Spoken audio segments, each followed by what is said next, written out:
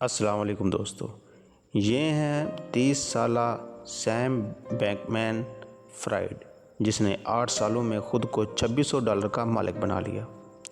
सिर्फ एक ट्वीट ने इसकी सारी दौलत को ख़त्म कर दिया और रातों रात ये दुनिया का अमीर तरीन गरीब तरीन बन गया। तो सारी दुनिया हैरान रह गई कि ये सब कुछ कैसे हुआ और इतनी जल्दी सैम ने ये बनाई हुई सारी दौलत एक ट्वीट से कैसे ख़त्म हो गई और गुर्बत की तारीकियों में धकेल दिया। वीडियो शुरू करने से पहले चैनल को सब्सक्राइब लाजमी कर लें। दोस्तों, ये कहानी है तो बहुत लंबी, मगर मैं आपको शॉर्ट बताऊंगा। 2014 में सैम ने MIT यूनिवर्सिटी से ग्रेजुएशन की और एक ट्रेडिंग फर्म में जॉब करने लगा। यहाँ पर ज़िंदगी को बदलने का सोचा तो उसने बिटकॉइन खरीद कर अमेरिका से ख़रीद कर जापान में बेचना शुरू कर दिया। यह बिज़नेस बहुत ही फ़ायदेमंद था और एक दिन में सैम को $25 मिलियन का फ़ायदा होता था। सैम ने एक अपनी ही फर्म बनाने का प्लान बना लिया, जिसके अंदर उसके दोस्त और उसके कुलीग काम करते थे और इनमें से एक किरदार ऐसा भी था जो बाद में सैम के लिए तबाही की वजह बनी। वो थी कैरोलाइन। ये सैम की गर्लफ्रेंड थी, साथ साथ इसकी एक्स कुलीग भी थी।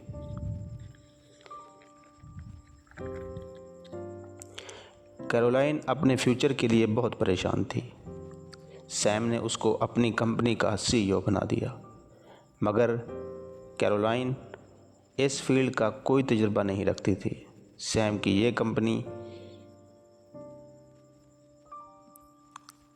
ही देख लेते थे और बहुत तरक्की करने लग गई। ये कंपनी लोगों के क्रिप्टो करेंसी में लोगों को इन्वेस्टमेंट का कहती और साल के आखिर में 15% प्रॉफिट देते थे। सब कुछ सही जा रहा था, मगर इस कंपनी का में एक मसला ये था कि जिस तरह यहाँ लोगों में तजर्बा था वो सैम से बहुत ज़्यादा हो गया था। लोग यहाँ पर सीखते और अपना काम शुरू कर देते थे।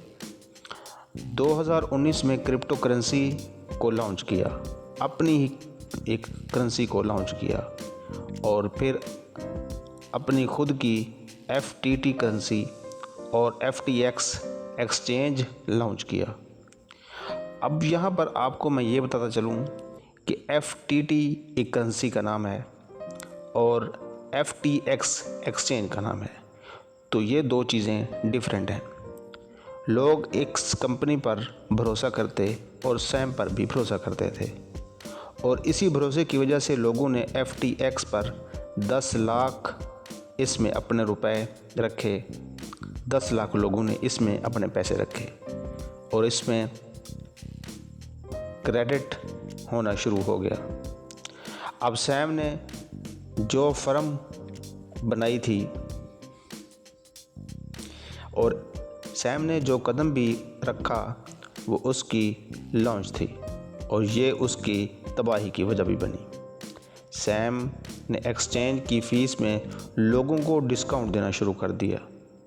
जो अपने पैसे को FTT में रखेगा उसकी फ़ीस माफ़ या उसमें कमी हो जाएगी और आखिरकार लोगों को तो फ़ायदा होना ही था, मगर सैम को भी बहुत फ़ायदा हुआ।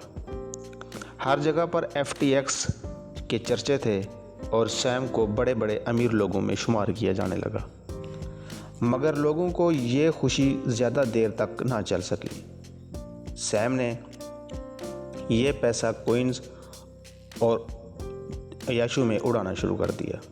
ये काम बहुत ही राजदारी से किया जाता था, हत्ता कि FTX में काम करने वाले मुलाजमीन को भी इसके बारे में पता नहीं था और इस तरह से इसी वक्त अमेरिका में इन्फ्लेशन आ गई और लोगों ने अपना पैसा निकालना शुरू कर दिया और फिर सैम ने जहाँ जहाँ पैसा लगाया हुआ था सारा डूब गया। और ये बात भी लीक हो गई कि सैम की गर्लफ्रेंड ने एक न्यूज़ चैनल को ये कह दिया कि कस्टमर के पैसे हमने अपनी कंपनी में इन्वेस्टमेंट कर दिए हैं। और ये सुनकर तो सब परेशान हो गए। सैम ने इस पर बहुत पर्दा डाला कि ये सब आपके पैसे सही सलामत हैं और महफूज हैं, मगर कोई इस पर भरोसा नहीं कर सकता था। किसी को परेशान होने की ज़रूरत नहीं है, ये भी सैम ने कहा। और सैम के दोस्त CZ, जो कि बाइनांस के CEO थे, उन्होंने एक ट्वीट किया कि हम FTT करेंसी को बेच रहे हैं और FTX के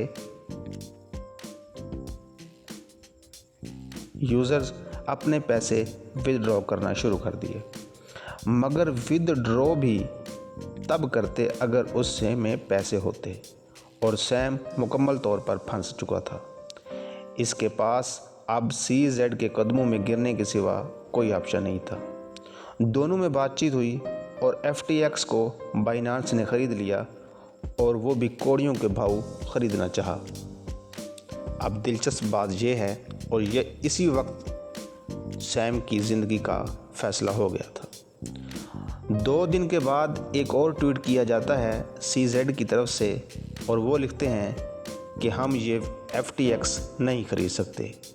CZ ने बिल्कुल ही साफ इनकार कर दिया, क्योंकि FTX ने लोगों ने $10 बिलियन देना थे और इसमें सिर्फ $900 मिलियन थे। असल में सैम ने 90% लोगों के फंड को निकाल कर कहीं और इन्वेस्टमेंट कर दिया था। और इस तरह 11 नवंबर 2020 को ट्वीट किया सैम ने और कहा FTX बैंकरप्ट हो गए हैं और ऐसी $8 बिलियन का मकरूज़ हो गया है। तो इस तरह से सैम $2600 बिलियन से बिल्कुल गरीब हो गया। वीडियो अच्छी लगी हो तो लाइक कर दें। इजाज़त दीजिए। अल्लाह हाफिज़।